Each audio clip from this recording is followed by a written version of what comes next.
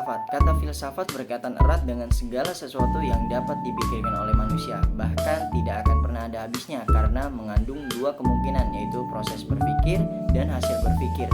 Filsafat dalam arti pertama adalah jalan yang ditempuh untuk memecahkan masalah, sedangkan pada pengertian kedua merupakan kesimpulan yang diperoleh dari hasil pemecahan atau pembahasan masalah.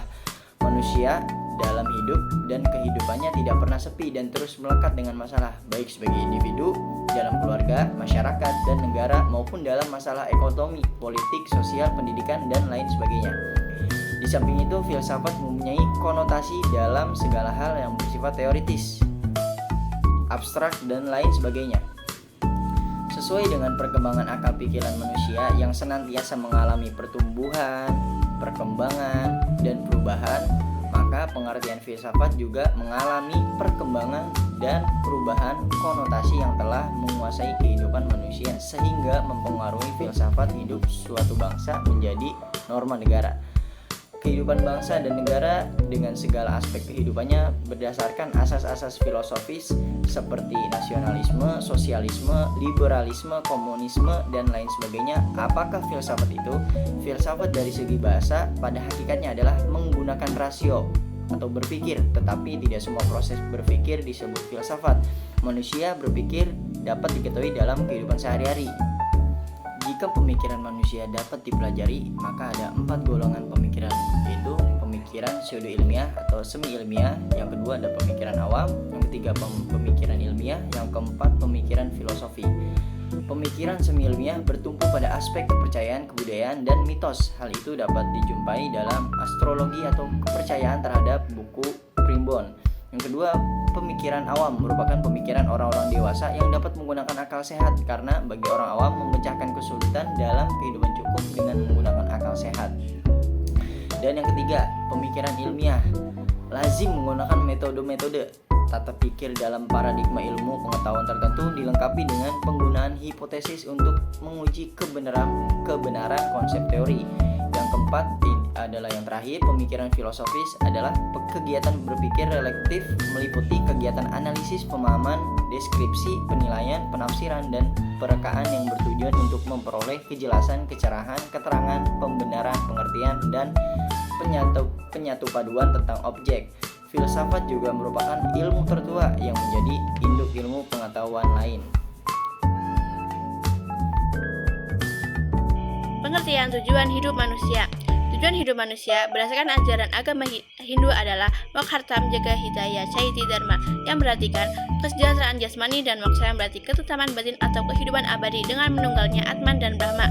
Dengan demikian, tujuan hidup manusia dapat diartikan sebagai usaha untuk mencapai kesejahteraan jasmani, ketentraman batin, dan kehidupan abadi dengan menunggalnya Roh Ida Sang Hayati Witi.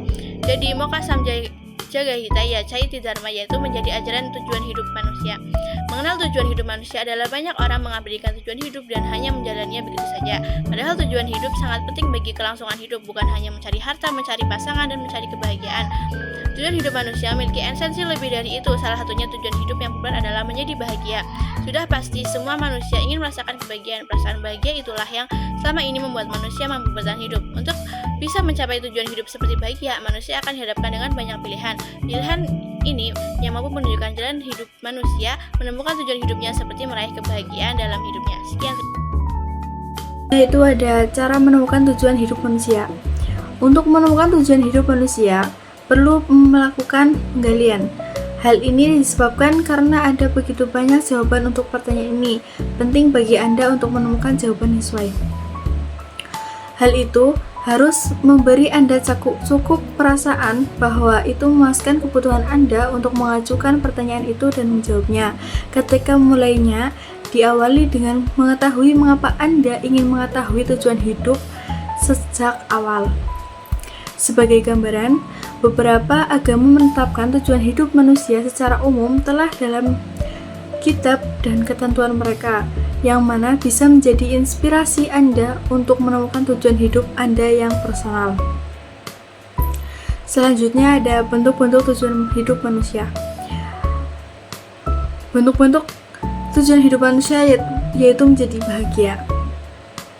Salah satu kesimpulan paling jelas yang mungkin diperjuangkan dalam hidup adalah kebutuhan untuk bahagia.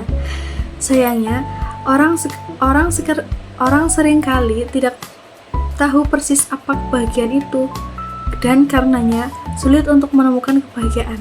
Untuk mengetahui bagaimana menemukan kebahagiaan dan apakah itu merupakan tujuan hidupmu, pertama-tama kamu perlu menemukan apa arti bahagia bagimu. Setelah memiliki gambaran yang sangat jelas tentang apa itu bahagia, kamu dapat mulai mengejarnya dan melihat apakah itu menjawab pertanyaan besarmu tentang tujuan hidup. Itu di sini ada meninggalkan warisan, membuat perbedaan positif, punya banyak pengalaman, dan mencintai orang lain. Kesimpulan dari materi tujuan hidup manusia dan filsafat pendidikan adalah yang pertama ada tujuan hidup manusia. Tujuan hidup manusia adalah sebuah pertanyaan yang kompleks dan sempurna. Tidak ada jawaban yang benar dan pasti. Yang terpenting adalah kita dapat mencari tahu dan mengeksplorasi apa yang terjadi di dalam diri kita atau apa yang berarti bagi diri kita. Selain itu, dengan demikian kita dapat menjalankan hidup yang lebih bermakna. Yang kedua ada filsafat pendidikan. Filsafat pendidikan adalah sebuah refleksi kritis tentang pendidikan. Dengan memahami filsafat pendidikan, kita menjadi tahu apa yang ada di dalam filsafat pendidikan itu. Yang pertama ada tujuan filsafat pendidikan, makna filsafat pendidikan, dan tantangan pendidikan. Selain itu, filsafat pendidikan juga membantu kita